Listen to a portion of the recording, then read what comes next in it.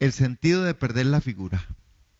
Y cuando uno pierde la figura en algo, es porque hay algo que está pasando. Pongo otro ejemplo. Digamos, si usted tiene un dolor de estómago, ¿verdad? Por más que usted se aguante el dolor de estómago, hay un reflejo en su cara. Y alguien le va a preguntar, ¿pero qué le pasó?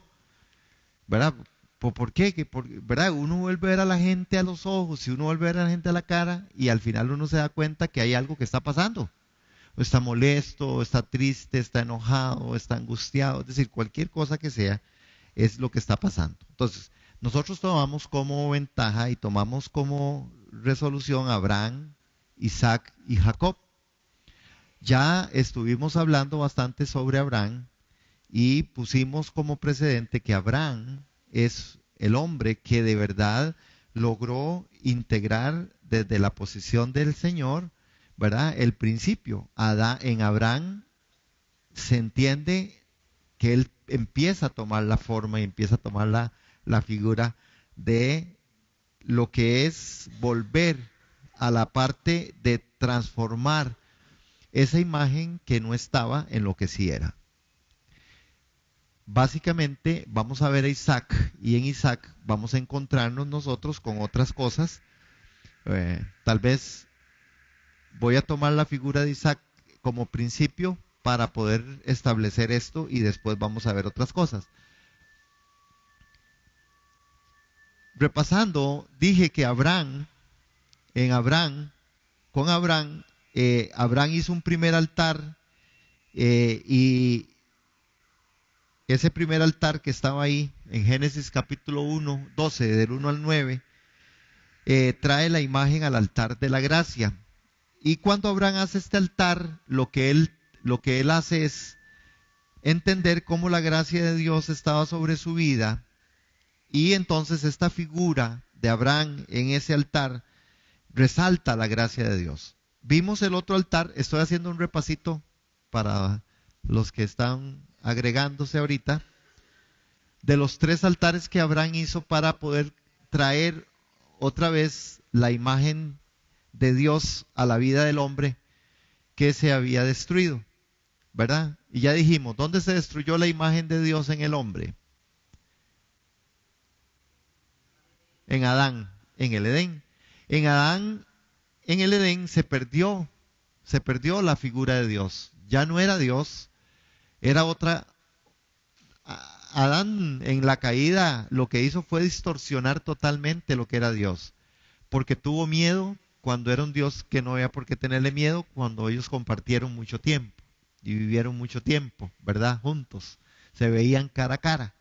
Pero en Adán el pecado hizo que se desfigurara. Inclusive, cuando Adán es sacado del huerto del Edén, empieza a hacerse un montón de ritos que ya eran un asunto en el cual Dios no quería esa relación. La relación de Dios era así, ¿verdad? Como la ha querido siempre, cara a cara.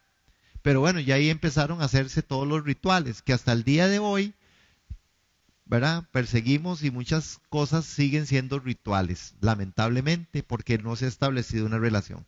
Bueno, el otro altar que Abraham hace es el altar de la oración, el segundo altar en Betel, y era el altar de la oración. Y ahí en Génesis capítulo 13, 14 en adelante, él dispone esta parte para lograr entender cómo es que la figura de Dios venía. En el primer altar lo que hace Abraham es romper con el pecado, sale de Egipto, ¿verdad? Y en el segundo altar de oración el espíritu del mundo deja la influencia. ¿Se acuerdan para repasar, cuando Abraham llegó y fue a Egipto, ¿verdad? Ahí tuvo que pegarse su mentirota, ¿verdad? Y tuvo que mentir por salvar, se supone, su vida, ni la vida de la esposa, ¿verdad? Porque la vendió como hermana. Pero la segunda, entonces él viene y rompe con el pecado, sale de Egipto. Y cuando sale de Egipto, está en el otro altar y el altar de la oración deja que el mundo le influencie. Abraham tuvo que tomar decisiones muy fuertes, pero las toma a partir de Betel, ¿verdad? Porque cuando él se acuerda de la promesa de Dios, de la tierra que le había de dar, Nosotros cuando vemos del desfiguramiento, porque, y es bueno anotarlo, hermano, yo creo que es como iglesia en general, dentro del rango de ver la vida y la vivencia de Dios, ¿verdad? Cómo se percibe a Dios, cómo se concibe a Dios, cómo la gente vive. Y es muy extraño porque nosotros tenemos tantas promesas de Dios, ¿verdad? Pero, pero a la hora en los momentos más críticos o más difíciles, la gente no lo ve o no logramos conectarnos con esto. A Abraham le pasó algo, le pasó en Egipto que mintió, le pasa en otro momento en donde tiene otra vez otra situación y le ruega a Dios por Lot. Pareciera como que no conocía a Dios. Dios ya le había dicho, yo voy a destruir. Y él le dijo, pero si hay unos 40, unos 50, unos 20, ahí fue negociando, ¿ah? Hasta que tuvo que llegar a decir de ahí, ¿verdad? Pero a nosotros es tal el desfiguramiento, es decir, es tal la forma que hemos perdido, ¿verdad? La imagen de Dios en nosotros, que en los momentos más críticos tampoco se logran ver. Y es cuando llegamos un poco a, a tambalearnos, ¿verdad? Sabemos que somos hijos, pero no actuamos como tal. Sabemos que Dios es un Dios misericordioso, pero a veces fallamos hasta eso y pensamos que vamos a ser quemados y destruidos, ¿verdad? Entonces mejor nos alejamos, ¿sí? Ese es el mundo que vive mucho la gente. El otro altar, el tercer altar fue en Hebrón, que levantó un altar de adoración. Y eso fue lo que vimos la semana pasada con respecto a Abraham. Igual, esta es la secuencia de los tres altares. En el primer altar somos libres del pecado. Abraham se libra del pecado. En el segundo altar es libre del mundo. Y en el tercer altar él se hace libre de sí mismo. Abraham llegó ahí a hacerse libre de sí mismo. Y cuando él llega a hacerse a sí mismo, empieza a recuperar la semejanza. Cuando él recupera la semejanza, tiene calidades y cualidades impresionantes. Tantas que tiene la posibilidad y es llamado, ¿verdad? Muchos tiempos después, el padre de la fe. Es llamado un hombre espectacularmente de testimonio. Este hombre ya había perdido, vea, había perdido inclusive, ya no era tan importante él ni nada de lo que él fuera o tuviera que hacer. Es tan así que tiene la capacidad de agarrar y poner a su hijo en un altar, porque Dios se lo pidió. Vean cómo él viene a recuperar. Y cuando hablamos de recuperar la imagen y la semejanza de Dios, es cuando logramos nosotros entender que hay cosas que somos capaces de hacer. ¿Sí? Porque estamos siendo y en ese ser nosotros empezamos a hacer. Es lamentable, y otra vez yo digo, uso esa palabra, es lamentable que nosotros se nos olviden ciertas cosas a las que nosotros hemos sido llamados. Para entender la recuperación de la semejanza, en Génesis 18, del 1 al 15, es donde está la promesa del nacimiento de Isaac. Dios le había dicho que él era el Dios de Abraham, el Dios de Isaac y el Dios de Jacob. Entonces, en Abraham tenemos que Abraham trae la imagen de Dios y la compone al tal punto que se niega a sí mismo y es capaz de dejarlo todo. Dejó el pecado, dejó el mundo y dejó toda su propia vida. Ya no importaba más él, ya no vivía más él. Ahora el que vivía en él era la misma imagen y semejanza de Dios. Tanto así que él reproduce en Isaac. Otro aspecto, cuando Dios le pide a Isaac a Abraham, lo que le está pidiendo es, si hay de verdad estos tres altares que usted hizo, ¿verdad? Y fluyeron en su vida, usted no me va a negar nada en adelante de lo que yo le pido. Esa es la dimensión donde nosotros tal vez no hemos llegado como iglesia. Y pensamos que algún día vamos a llegar. Pero yo no sé si vamos a llegar, hermanos, al paso que vamos. Porque nos está costando mucho algo. Ese desprendimiento de nosotros mismos, hermanos. Es que cómo nos está costando. Cómo nos cuesta. Es impresionante, hermanos. Nosotros estamos por nosotros, por nuestros planes, por nuestras situaciones, por nuestros trabajos, por nuestras... Hermanos, hay una forma en que uno ve cómo esa lucha interna de un ensimismamiento está, que ya es como casi catastrófico en la individualidad, y en la colectividad ni que se diga, porque en la colectividad usted tiene que motivar y tiene que ver cómo hace, hermano, y usted manda un mensaje, qué sé yo, y usted trata de motivar y uno mismo, ¿cómo nos está costando? ¿O será a mí? Yo creo que sí nos está costando. Tal vez en esto del desfiguramiento de la imagen de Dios en nosotros nos va a servir para que hoy nosotros podamos ver, en Isaac está la promesa. Contrario a Abraham, que levantó 3 altares, Isaac no hizo nada, porque era el hijo de la promesa. Lo único que Isaac hizo fue ponerse en el altar. Y ya eso es decir mucho. Pero solo eso hizo. Vea, cuando uno lee toda la historia de capítulo 18 de la promesa del nacimiento de Isaac y ve a un Isaac en el crecimiento, Isaac no hizo nada. Inclusive Isaac vivió hasta a nivel social, dentro de la parte cultural, Isaac vivió de los pozos que su padre hizo. Todos los pozos que Abraham había hecho, él los volvió a recuperar. No tuvo que hacer nada, que eso es un punto muy importante y espiritualmente tiene una connotación. Pero cuando vemos nosotros a esto de Isaac, entonces vemos que el llamado que Isaac tuvo tiene que ver con que Isaac también va a traer la imagen. Acuérdense que estamos viendo que nosotros tenemos que recuperar la imagen de Cristo en nosotros, la imagen de Dios para ellos en ese caso. Se había perdido en Adán, recuperada en Abraham, consolidada o pasada a Isaac.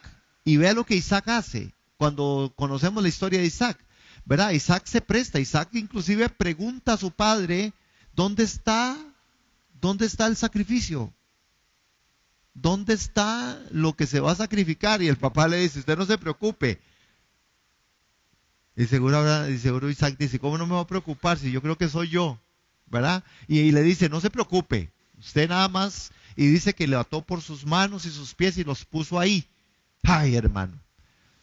Eso es, en el mundo espiritual, para nosotros debiera resonar y saber, y preguntarnos nosotros, ¿cuánta capacidad tendremos nosotros de poner aquellas cosas en el altar de Dios que Dios nos pida? Yo no sé si usted se ha hecho esta pregunta, pero a veces la gente no sabe qué Dios le está pidiendo. Porque antes de que usted y yo conozcamos cuál es la voluntad de Dios para nosotros, Él primero tiene que saber si usted está listo a hacerla.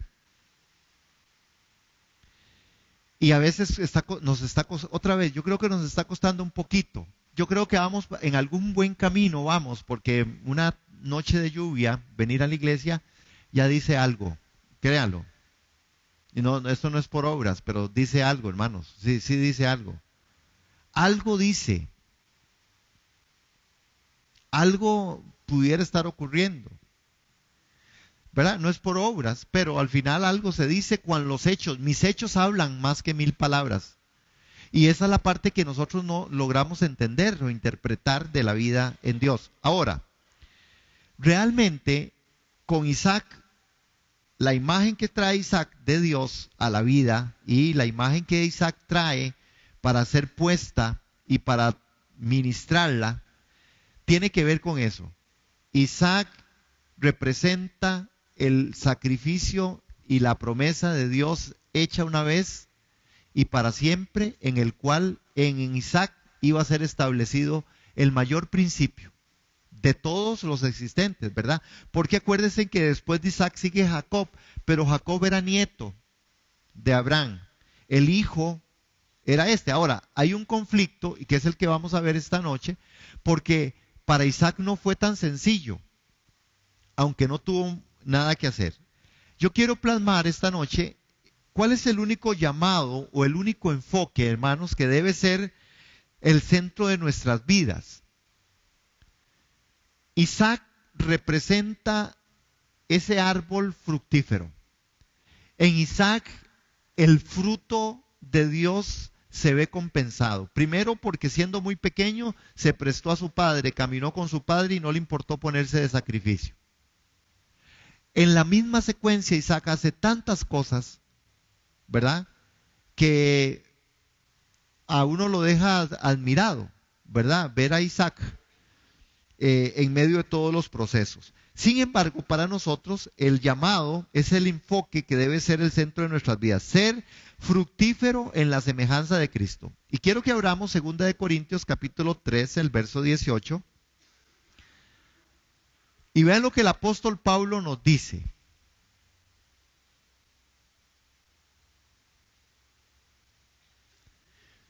Vean lo que el apóstol Pablo dice. ¿Están ahí? Por tanto, nosotros todos, mirando a cara descubierta como en un espejo la gloria del Señor, somos transformados de gloria en gloria en la misma imagen, como por el Espíritu del Señor. Hermanos, si usted y yo logramos comprender esta lectura o este texto, tendremos que decir que hay un deseo que por siempre en la Escritura ha estado de parte de Dios de que nosotros le veamos tal como Él es. Es que es algo, hermanos, que yo siento y veo en la Escritura que Dios quiere. Dios quiere que nosotros le veamos tal como Él es. El apóstol Pablo dice, nosotros todos a cara descubierta como un espejo la gloria del Señor, somos transformados de gloria en gloria a la misma imagen por el Espíritu. La transformación que nosotros tenemos que sufrir, que ya debiéramos de estar sufriendo y que, ¿verdad? Debería ser súper evidente. Hay una forma escritural. La Biblia sigue reseñando que el mundo lo que necesita es ver a Jesús. Pero hermanos, aquí es donde la cosa se pone un poco más ruda.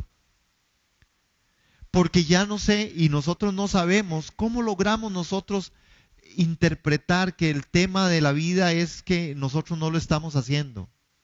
Que es un asunto de nosotros. Porque el que se enoja es usted y soy yo. El que maldice o el que dice cosas incorrectas son usted y yo. El que murmura es usted y soy yo. El que no quiere estar o venir es usted o yo. El que no quiera dar es usted y yo. Es decir, vean cómo desfiguramos, pero somos responsables directos. Y esa responsabilidad es algo que nosotros tenemos que ver cómo lo logramos hacer. Esta noche nos proponemos poder ver un poco del fruto de los árboles que dan fruto. Isaac dio fruto. Un fruto que permanece y que ha permanecido. Es el hombre que se pone en sacrificio vivo delante de Dios. Y después de ahí Isaac empieza a tener una generación, ¿verdad? Que es de mucho que decir. La Escritura a nosotros nos dice por muchos lados que no es porque por los dones nos conocerán, sino por los frutos. Por los frutos los conoceréis. Entonces a veces la iglesia del Señor Jesús, extendida por toda la tierra, o por lo menos así es como uno lo logra ver o dimensionar, y una lectura que uno logra hacer por los eventos y en la misma iglesia local, el fruto se ve, hermano. El fruto se ve. No hay, oiga, no hay donde perderse. Usted ve el fruto, usted identifica el árbol. Cuando nosotros vemos este episodio, que también lo relata el apóstol Pablo en Gálatas capítulo 4, verso 29, vean qué interesante. Porque en 4:29 de Gálatas, ¿estamos ahí? Ok, les leo. Pero como entonces el que había nacido según la carne perseguía al que había nacido según el Espíritu, así también ahora. Más en el 30, más ¿qué dice la Escritura? Echa fuera a la esclava y a su hijo, porque no heredará el hijo de la esclava con el hijo de la libre. Verso 31, de manera, hermanos, que no somos hijos de la esclava, sino de la libre. Este texto gloriosísimo de 4:29 no es solo la historia de dos hijos de Abraham, Isaac e Ismael, sino también acerca de nosotros. El nacido primero por la carne se burla del nacido después por el Espíritu Santo. Si nosotros queremos recobrar la imagen de Cristo en nosotros, debemos de ubicarnos contextualmente en quiénes somos nosotros. Porque nosotros éramos hijos de pecado, pero resulta que ahora nacimos del Espíritu. Nosotros tuvimos las dos naturalezas, tanto la de Ismael como la de Isaac. Ahora, ¿qué es lo que está ocurriendo dentro de nosotros? Y usted también tendrá que sacar el detalle quién está ganando la batalla. Ismael siempre persiguió, dice la Escritura, que perseguía a Isaac. La carne siempre quiere despojar y desechar el espíritu. Entonces, en esas dos naturalezas, en la de Ismael y en la de Isaac, que creo que nosotros la tenemos, usted y yo tenemos que darnos cuenta quién está ganando la batalla. ¿Quién está trayendo la imagen? Ismael trae la imagen de Adán porque era hijo de la esclava.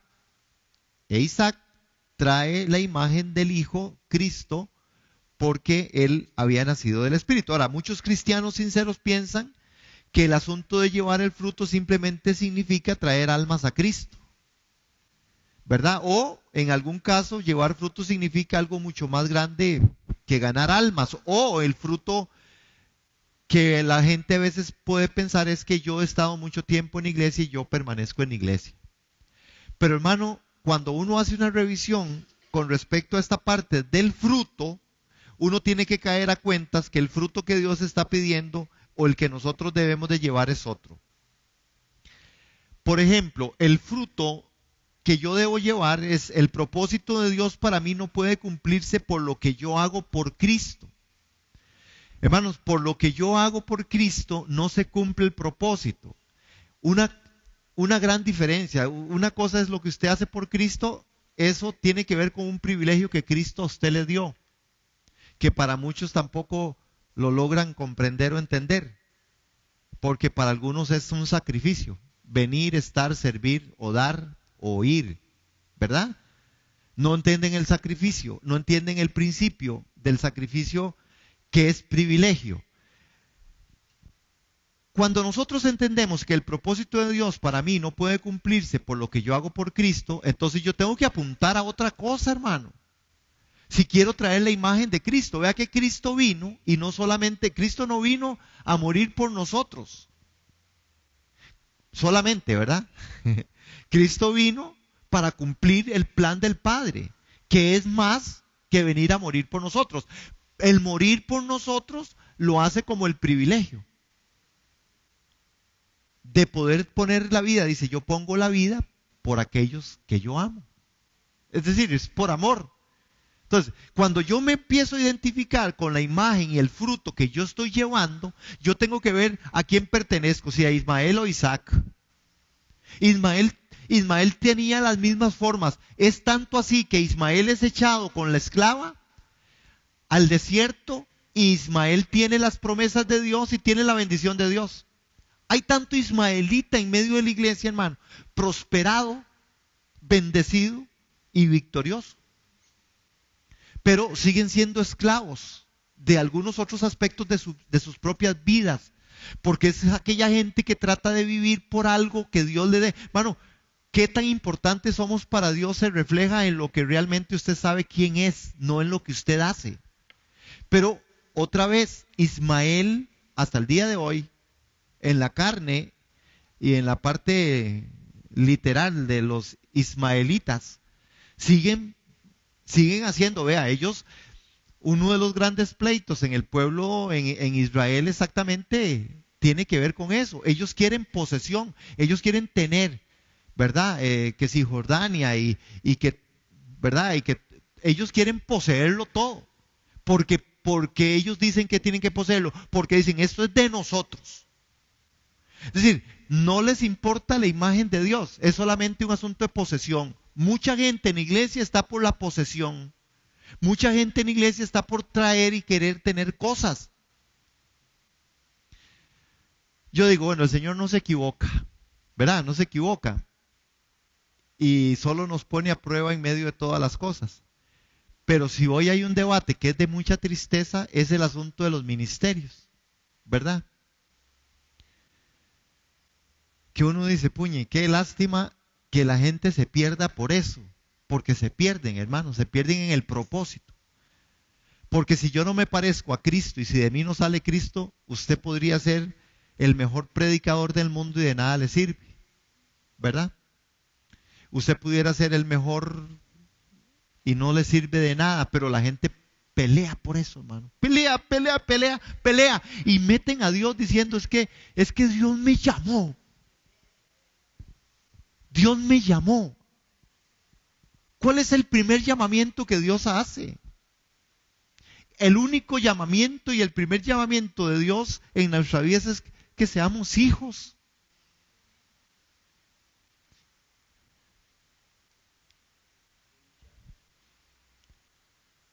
Pero hay un pleito desaforado por otras cosas, hermanos.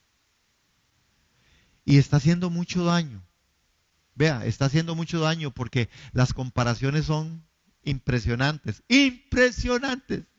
La gente compara descaradamente, digo yo descaradamente porque las comparaciones, ¿verdad? A veces son odiosas, pero la gente compara, hermano, si compara una cosa con otra cosa. Estoy hablando de la iglesia de Cristo.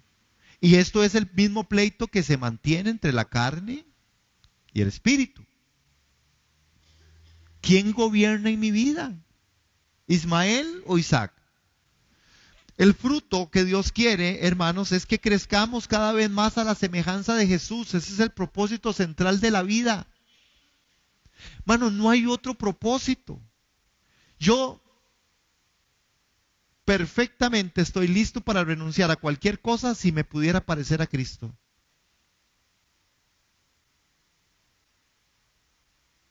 Pero estaremos listos para eso. Otra vez, hermanos, nuestra parte espiritual en el fruto tiene que ser revisada de una forma exhaustiva. Vean Romanos capítulo 8, verso 29, verso 30 en el llamado de Dios. El apóstol Pablo en Romanos nos pone a nosotros y nos dimensiona y nos dice, bueno, vamos a entrarle aquí para ver de verdad de qué estamos nosotros hechos. Romanos capítulo 8, verso 29. Hoy necesitamos salir de aquí aprendidos en algo, hermanos, y ojalá que esto marcara nuestras vidas de forma tal que no quisiéramos más nada que solo esto. En el 28, mira, puse 29, bueno, no importa, vamos a leer primero el 29. Porque a los que antes conoció también los predestinó para que fuesen hechos conforme a la imagen de su Hijo. ¡Ja! Nadie ha leído ese texto. Nadie lo ha leído, hermano. Yo le aseguro que nadie lo ha leído. Y cuando uno conoce, yo entre más conozco, más gente, hermanos, más me doy cuenta que ese texto no se lee. Hermano, está tan claro. Los que antes conoció, también los predestinó para que fuesen hechos conformes a la imagen de su Hijo. ¿Cuál es el plan de Dios entonces, hermanos, en todo esto? Que nosotros, predestinados, escogidos desde antes de los tiempos, fuéramos hechos a la imagen de Cristo, de su Hijo, para que Él sea el primogénito entre muchos hermanos. Y vean el verso 30. A los que predestinó, a esos también llamó. El llamado de Dios, escuche, hermanos. Llamó, y a los que llamó, a estos también justificó, y a los que justificó, a estos también glorificó. La glorificación que aparece aquí, la justificación, la redención, la predestinación, dependen de que usted tenga la imagen de Cristo. Hermano, si no, nosotros nos perdimos en el hecho y en el evento central del llamado de Dios. Nos perdimos. Y yo por eso sigo lamentando, porque esto es duro. Yo he luchado con esto, no solo en mi propia vida, sino con la iglesia, en seguir diciendo lo mismo. Ok. Ya la gente ya está aburrida. Si no vuelvan a ver a su alrededor, de oírme decir lo mismo.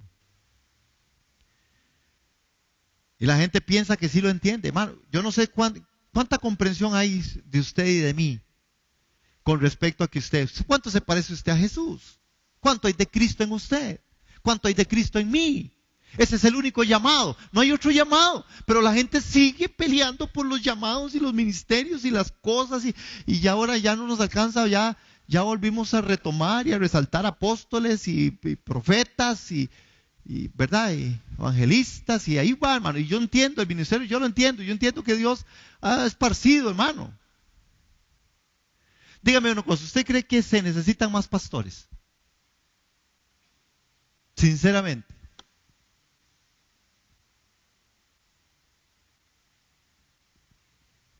Yo tengo mis dudas, hermano. Yo tengo mis dudas. ¿Sabe cuántas iglesias hay en este país? Y con una proyección a crecer, pero no a crecer en gente, hermanos, a crecer en iglesias. Cada vez hay una iglesia más. A alguien más se le ocurrió que Dios le dijo que hiciera una iglesia. A nadie se le ocurre decir, mira que el Señor me habló y me dijo que me pareciera a Cristo. A la gente le llama a la gente a la iglesia, le llaman para hacer iglesia, le llaman para hacer obra. Hermanos, en este país tenemos más de 3.500 iglesias. Para una población cristiana que no llegamos ni al 8% de 3 millones, los matemáticos, ¿cuánto es el 8%? 400,000, repártamelo entre 3.500, entre 3.500 iglesias. Mano. ¿Ah? Como 100 por iglesia, hermano. Por eso le digo. Entonces, al final, pero se sigue evolucionando en eso. ¿Verdad? Y los grandes pleitos y los grandes foros y los grandes esfuerzos que la iglesia está haciendo es para hacer que sean más grande la iglesia. Yo lo entiendo que el crecimiento tiene que darse, hermano. ¿Verdad? Porque ya eso es un mercadeo que hay. El punto está, hermanos. Entonces, si eso es la realidad que nosotros estamos viviendo, ¿cuál es el llamado? Vea, ahí está el llamado. Ahora, cuando nosotros vemos ese llamado, nosotros tenemos que ver el verso 28. Porque ese verso 28, que lo dejamos por ahí aparte, 28 de Romanos, lo que está hablando es con respecto a que yo te prometo. Es lo que dice, vean 28. Y sabemos que a los que aman a Dios, vea, es otro texto que yo no sé cómo lo hemos leído, hermano. Y sabemos que a los que aman a Dios todas las cosas les ayudan a bien. Esto es a los que conforme a su propósito son llamados. Todas las cosas ayudan a bien a los que aman al Señor, dice aquí. Yo pregunto, ¿cuánto nos sentimos amados de Dios y cuánto es el plan y el propósito del cual todo me ayuda a mí a bien? ¿Me está ayudando a bien todo lo que yo soy y hago y estoy viviendo? Porque aquí la Escritura dice que esta es la promesa, que Dios dice que todas las dificultades de tu vida cooperarán para tu bien porque yo te conocí de antemano y te predestiné y te llamé y te justifiqué y te glorifiqué. Pero a la gente no le está gustando el tema del sufrimiento, por ejemplo. No gusta. No gusta por un poco de cosas, no gusta porque no es bonito. Yo aquí, el Señor lo sabe, y estoy delante de su presencia por el Espíritu, y porque donde hayan dos o más reunidos en su nombre está Él. El Señor sabe que a mí, yo no sé a quién le gusta sufrir, a mí no me gusta tener ni tos, ni mocos, ni nada, perdón por francés. Pero cuando las cosas a mí me han llegado, yo he tenido que resolverlas a través de la Escritura y abrazarlas, pero no porque me gustan. Es porque tengo que entender que ese es el plan y el propósito de Dios y tengo que animarme a abrazar y pido valentía a Dios para cuando lleguen momentos difíciles y abrazarlo. ¿Verdad? Porque no nos gustan, pero aquí dice que esta es una gran promesa de Dios. que nada es imposible para Dios, que todas las cosas y las dificultades de la vida cooperan para el bien, porque yo te conocí de antemano y te predestiné y te llamé y te justifiqué y te glorifiqué. Hermano, si todas las cosas ayudan para bien es porque Él quiere que la imagen de Él sea integrada una vez más hacia nosotros. Todas las cosas ayudan a bien. Pero entonces usted se pone y ve y dice, bueno, ¿de qué sirve el sufrimiento? ¿De qué sirve que alguien esté muy enfermo? ¿De qué sirve? Aquí dice que todo ayuda bien. Que todo coopera para el bien. Pero lo percibimos así. Y cuando Él lo dice porque nosotros somos llamados, pero en el llamado de Dios. Entonces el llamado no está para un aspecto solamente, el llamado de Dios para nosotros está por predestinados. El llamado de nosotros está porque nosotros fuimos conformados a la imagen de Cristo y el mundo tiene que reconocer y ver a Cristo. Yo quiero que la gente en mí vea a Jesús. Porque si la gente no ve en mí a Jesús, perdimos el tiempo, perdimos el rato, hermanos. Porque hoy hay muchos hombres famosos, pero yo nunca he escuchado a alguien decir, no, sí he escuchado ráfagas de cosas, inclusive el otro día escuché a Patri decir una expresión de alguien que ella conoció, que estuvo en un asunto y oí a Patri decir, es que vieras que esa mujer de verdad que ella quedó impresionada por una expresión de Jesús en la vida de esa mujer. Entonces uno dice, qué bueno, vea, de verdad, eso a mí me llena de esperanza. Y yo no soy un incrédulo, hermanos. Les voy a decir algo. Yo creo que a nosotros, los que hoy estamos aquí, yo no estoy diciendo por los que no están esto, se los aseguro, porque yo tengo que vivir mi realidad, y mi realidad es esta. Pero si ustedes están aquí, es porque en ustedes hubo una propuesta en la cual el Espíritu Santo de Dios les impulsa, y ustedes, al hacer caso al Espíritu de Dios, ustedes acuden, y eso implica que la imagen de Cristo está siendo tomada, está siendo reflexionada. Y no es porque solo me vienen a escuchar a mí, es porque, de verdad, hermanos, porque cualquiera de todos no va a perder la salvación por no venir, ¿verdad? ¿Cierto? Pero, ¿qué aspecto más importante tiene que ser ese? Ahora, noten esto, hermanos. Vean qué es lo que está pasando. Y el apóstol Pablo, otra vez, y ahorita volvemos ahí a 8:29 y eso, pero en 2 de Corintios, capítulo 4, verso 4 al 6, vean lo que dice. En los cuales, en los cuales el Dios de este mundo, creo que es Satanás, ha cegado el entendimiento de los incrédulos para que no vean el resplandor del evangelio de la gloria de Cristo, que es la imagen de Dios. Pablo dice, yo encontré a uno que de verdad les estaba volviendo ciegos a ustedes para que ustedes no se parezcan a Cristo, para que la imagen de Dios sea borrada. Dice, el Dios de este mundo, Satanás ha cegado el entendimiento de los incrédulos. Ahora, hay toda una discusión y en Diferencias sin División, libro muy famoso, yo hago una propuesta ahí con respecto a quiénes son los incrédulos. Los incrédulos son los que siendo creyentes no creen. Porque sería muy fácil que los incrédulos sean los que son del mundo, porque no tienen el Espíritu. Y el incrédulo, el que está afuera, que no cree, es que es incrédulo por todo lado. No hay una posición de credibilidad en él. Entonces, ¿qué le va a cegar Satanás a un incrédulo? Nada, porque no conoce más que eso. Nada. Sí me voy a entender. Pero vean esto, hermanos. ¿Qué es lo que está haciendo el enemigo para que nosotros no traigamos la imagen de Cristo y no entendamos el llamado? Lo que está trayendo es incredulidad para que no vean el resplandor del evangelio de la gloria de Cristo, que es la imagen de Dios. Y dice Pablo, el evangelio de la gloria de Cristo es la imagen de Dios. El evangelio de la gloria de Cristo es la imagen de Dios. El evangelio de la gloria de Cristo es la imagen de Dios. La imagen de Dios tiene que ser vista, hermanos, tiene que ser vista en usted y en mí, en mis dichos, en mis hechos, en mis formas, en mi caminar, en lo que yo me aseguro quién soy yo, hacia dónde voy, qué es el llamado de Dios, hermanos. Es tiempo de establecer el llamado de Dios en nuestra vida. Es importante el llamado de Dios en nuestra familia. Es que seamos como Cristo, hermano. Porque cuando usted y yo tengamos esa imagen fresca y topada y de mí salga Cristo, usted predicará, usted va a profetizar, usted va a evangelizar, usted va a abrazar, usted Dios lo va a usar en sanidad, usted Dios lo va a usar en todo lado porque Cristo en usted es la esperanza de gloria. Pero yo creo que a veces ponemos la carreta detrás de los bueyes, no, adelante de los bueyes. Entonces pensamos que desde una posición, pastor, evangelista, maestro, etcétera, que es desde ahí donde yo puedo hacer las cosas. Y eso es una lucha, hermano. La lucha de los famosos.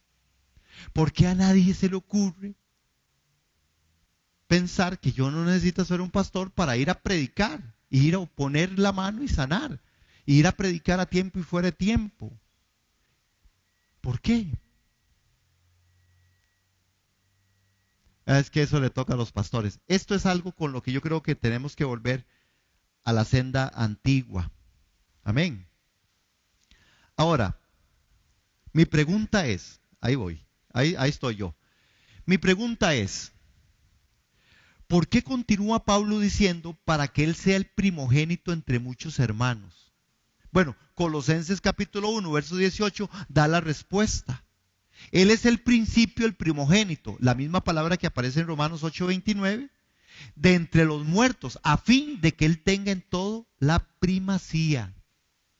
Hermanos, yo creo que nosotros tenemos que retomar y volver a ver las cosas que tienen que ser vistas de la forma adecuada. Perdón, es la misma palabra de 8:29, que nosotros fuimos escogidos, fuimos llamados, el llamado.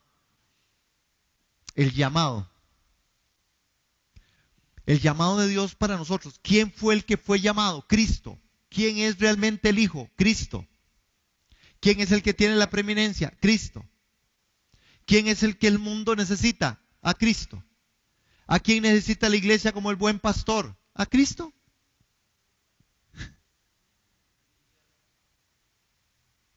Y uno después entiende todo sí, hay un orden y verdad, hay un gobierno y hay un poco de cosas que hay que hacer porque administrativamente estamos en este mundo y está bien, eso no es un problema. El problema es si yo no estoy identificado.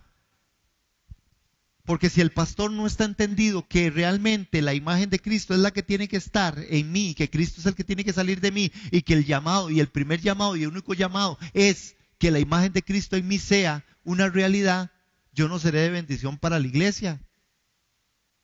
Y que ese es el llamado para todos nosotros, recobrar esa imagen. Ahora, aquí vemos la relación que tiene todo esto tiene con Romanos 8:29. Pablo quiere que tengamos fe en la promesa de Romanos 8:28. Es decir, Dios hará que todo obre para nuestro bien a fin de que seamos radicales, arriesgados, amorosos, sacrificados. Es decir, cristianos con una mentalidad fuerte, que sabemos que la fe no se basa en la autoridad impuesta o en simples declaraciones, que la fe surge de una respuesta a la revelación de la gloria de Dios. Entonces, hermano, yo tengo fe. ¿Para qué ocupo la fe? Para que el Hijo en mí produzca lo que tenga que producir por fe. Amén. Es por fe, no por vista. Es por fe, no por lo que yo esté haciendo o deje de hacer. Él es el principio, el primogénito, hermanos, entre los muertos, a fin de que Él tenga toda la primacía. Cristo murió y resucitó de entre los muertos como el primogénito de muchos hermanos y hermanas, para ser visto y disfrutado por ellos y otros en el preeminente, el superior, el gloriosamente grande. En otras palabras, nuestro destino es ser iguales a Cristo. Y tiene que ver con ser preparados y ver y deleitarnos en la superioridad y majestuosidad de Cristo en mí. Yo creo que si esa lucha nosotros no la damos, hermanos, nosotros nos vamos a perder. Entonces ahora es muy aburrido venir a la iglesia. Es muy aburrido ir a predicar. Es muy aburrido, es muy cansado. Pero cuando yo sigo el propósito y el llamado, yo tengo que decir qué haría Cristo para retornar la imagen del Padre. Entonces tiene propósito la iglesia. Entonces tiene sentido dar.